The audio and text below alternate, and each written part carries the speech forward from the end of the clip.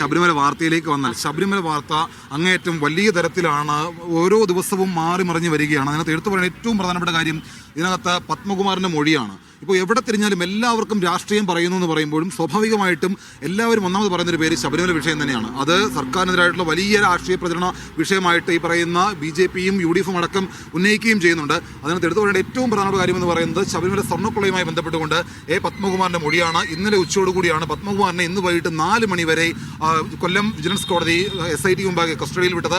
ഈ കസ്റ്റഡിയിൽ വിട്ടതിനകത്ത് പത്മകുമാറിനോട് പറഞ്ഞിട്ടുള്ള പത്മകുമാർ SIT മുമ്പാകെ പറഞ്ഞിരിക്കുന്ന ഏറ്റവും പ്രധാനപ്പെട്ട കാര്യം എന്ന് പറയുന്നത് ഇതിനകത്ത് എല്ലാം ഈ പറയുന്ന തന്ത്രി അറിഞ്ഞുകൊണ്ടാണ് ഉണ്ണികൃഷ്ണൻ പോറ്റിയുമായി തനിക്ക് അത്രയും ബന്ധമുണ്ടായത്. ഉണ്ണികൃഷ്ണൻ പോറ്റിയെ തന്ത്രിക്ക് കൃത്യമായിട്ട് ബന്ധമുണ്ടായിരുന്നു. എല്ലാ കാര്യങ്ങളും തന്ത്രിക്ക് അറിയാമായിരുന്നു. തന്ത്രി കണ്ഠര രാജീവരുമായിട്ട് അടുത്ത ബന്ധമുണ്ടായിരുന്നു എന്നുള്ള കാര്യങ്ങൾ കൂടി പത്മകുമാർ SITക്ക് മുമ്പാകെ പറഞ്ഞിട്ടുണ്ട്. അങ്ങേയറ്റം ഗുരുതരമായിട്ടുള്ള മൊഴി. നേരത്തെ പത്മകുമാറിന്റെ മാധ്യമങ്ങൾക്ക് മുന്നിൽ നടത്തിയ ഒരു പരാമർശം വലിയ തരത്തിൽ ചില ആളുകളിലേക്കുള്ള സൂചന നൽകിയതാണ്.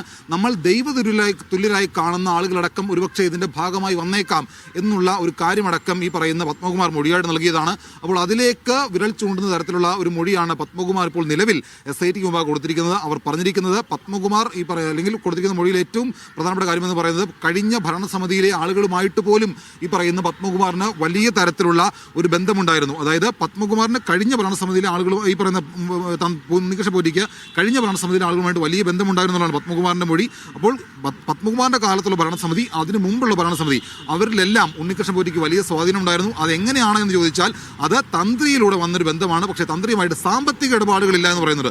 സ്വർണ്ണക്കൊള്ളയുമായി ബന്ധപ്പെട്ടുകൊണ്ട് തന്ത്രിക്കും ഈ പറയുന്ന ഉണ്ണികൃഷ്ണൻ പോറ്റിക്കും ഒക്കെ വലിയ ബന്ധമുണ്ട്.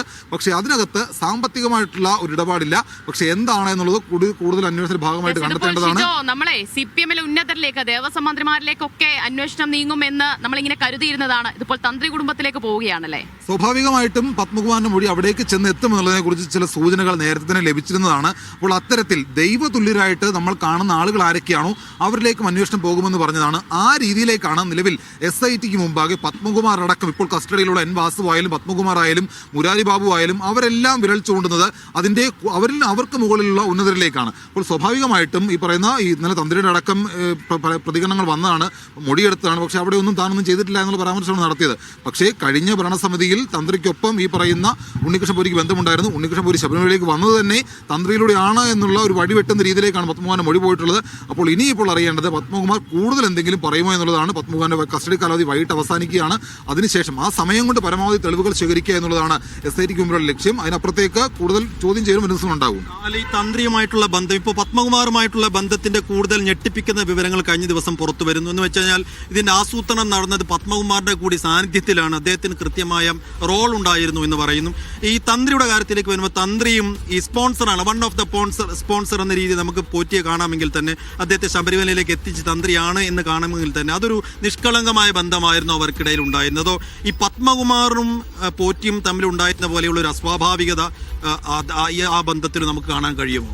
നമുക്ക് അങ്ങനെ സംശയിക്കേണ്ടി വരും സൈഫു. അതായത് ഇതിനകത്ത് എവിടേക്കോ വലിയ തരത്തിൽ അസ്വാഭാവികതയുണ്ട്. ഉണ്ണികൃഷ്ണൻ പോറ്റിയെ നമുക്ക് ആദ്യഘട്ടത്തിൽ അയാൾ തന്നെ എത്രയോ തവണ ഇദ്ദേഹം ഈ വെഞ്ഞാറമൂടിലെ വീടിന് മുമ്പിൽ നമ്മൾ പോയി നിൽക്കുമ്പോൾ ഇറങ്ങി വരുമ്പോഴത്തേക്കും വളരെ നിഷ്കളങ്കമായിട്ട് താൻ ഒരു വിശ്വാസിയാണ്, തന്നെ ഏൽപ്പിച്ച കാര്യങ്ങൾ മാത്രമേ താൻ ഭംഗിയായിട്ട് ചെയ്തിട്ടുള്ളൂ, അതല്ലാതെ ഒരു തരത്തിലും ഒരു തെറ്റും ചെയ്തിട്ടില്ല എന്ന് അത്രയും നിഷ്കളങ്കമായി പറഞ്ഞിരുന്ന ഒരാളാണ് ഇന്നിപ്പോൾ SITക്ക് മുമ്പാകെ 1-ാം പ്രതിയായിട്ട് ശബരിമല കൊള്ളയിലുള്ളത്. അപ്പോൾ സ്വാഭാവികമായിട്ടും അയാളുമായിട്ട് ബന്ധപ്പെട്ട് നിൽക്കുന്ന ആളുകൾ ആരൊക്കെയാണോ അവരൊന്നും അറിയാതെ ശബരിമലയിൽ നിന്ന് അയ്യപ്പന്റെ സ്വർണ്ണപ്പാളികൾ മോഷണം പോകില്ല, അല്ലെങ്കിൽ അത് അവിടുന്ന് കവർച്ച നടക്കില്ല. അപ്പോൾ സ്വാഭാവികമായിട്ടും ഉണ്ണികൃഷ്ണൻ പോറ്റിയുമായിട്ട് ബന്ധപ്പെട്ട് നിൽക്കുന്ന ആളുകൾ, അത് ഈ പറയുന്ന N വാസു ആയാലും പത്മകുമാർ ആയാലും തന്ത്രി ആയാലും അവരുടെയൊക്കെ പങ്ക് എന്താണെന്നാണ് അറിയേണ്ടത്.